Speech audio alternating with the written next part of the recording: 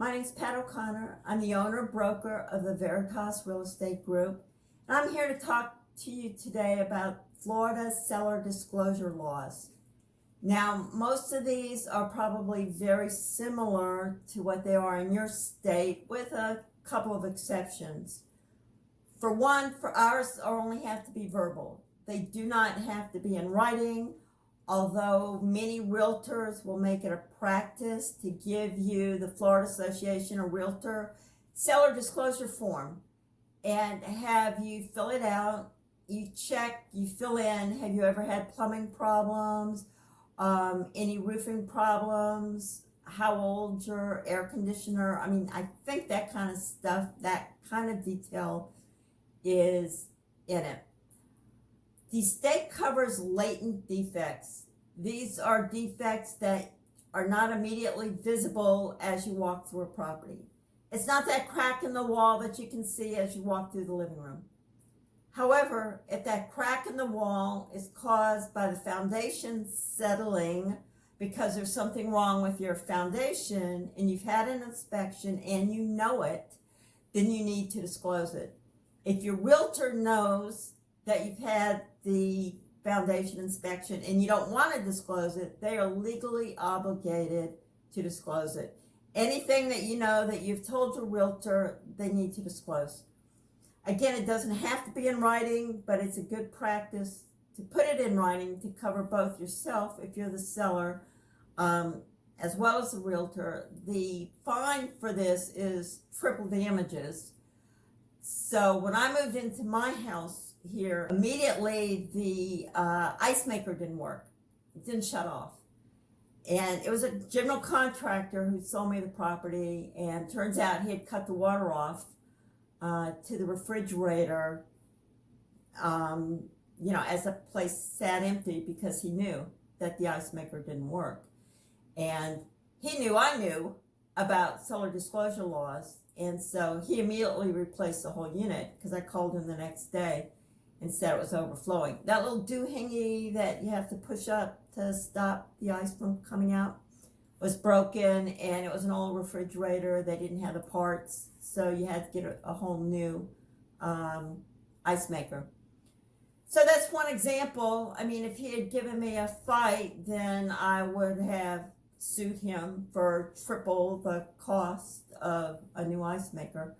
So that's just one example. Don't be a victim. You have your rights. I'm not allowed to give you a link to the Florida Association of Realtor seller disclosure. I actually checked with our attorneys, and they said, no, I can't do that. So what I will do is give you a checklist that you can download, just different things that you might want to think about. One of the things that may not come to mind, we talk about latent defects that are obvious. If you know that there's a landfill that's going to be put into that vacant lot down the street, or I guess a larger area than that, you need to disclose it. Don't you think a landfill will negatively affect the values of the surrounding homes? Landfills tend to stink, and they're not really, artistic. So it would add no value to the neighborhood. Another example might be if the interstate was going to have an off exit, and that put traffic right through your house, right past your house. That, I believe, would negatively affect home values because now you have a much busier street. It's not your nice little friendly, 2-lane road where the kids roller skated in the middle of the street and everything was fine. Now you're going to have a lot of traffic coming by.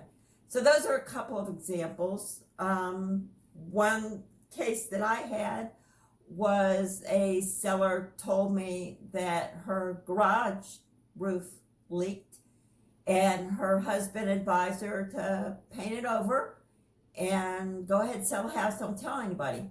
It was the dry season. We have a 6-month dry season here, and we don't get much rain.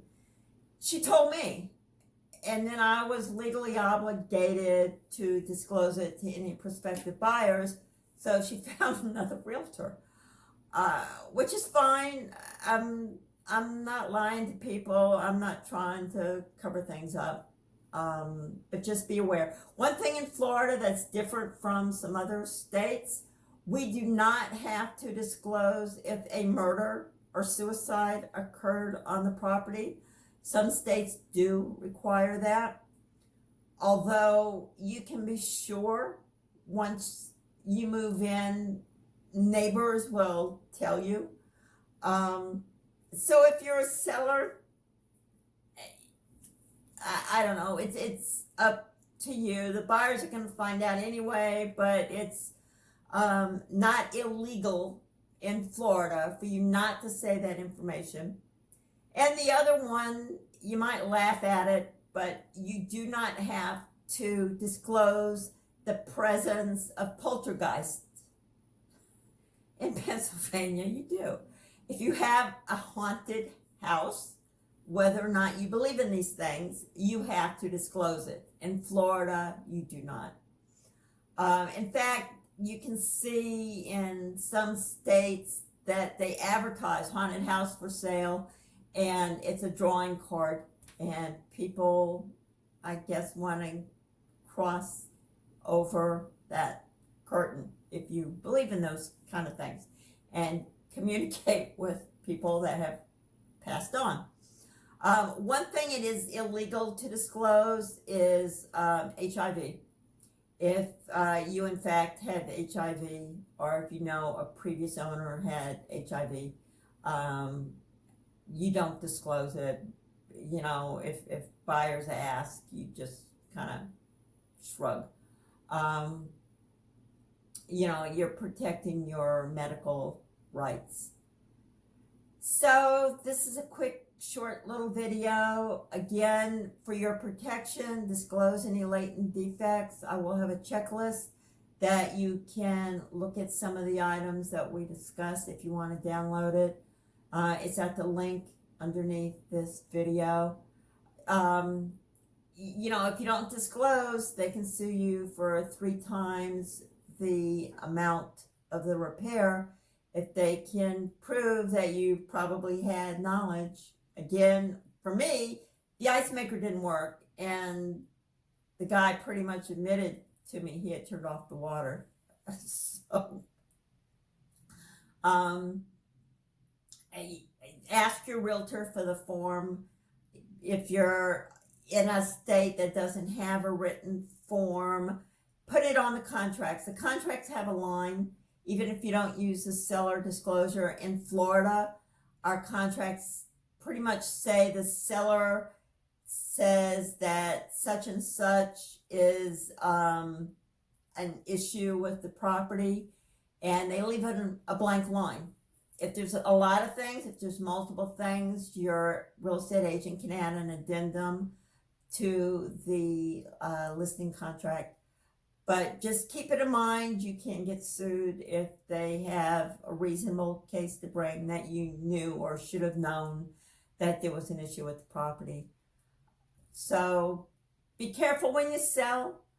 Buyers, ask for a seller disclosure in writing. You may or may not get it, but at least get some type of verbal assurance that there's nothing wrong with the property. And depending on your state, look at the contract that the seller fills out to see if anything is mentioned.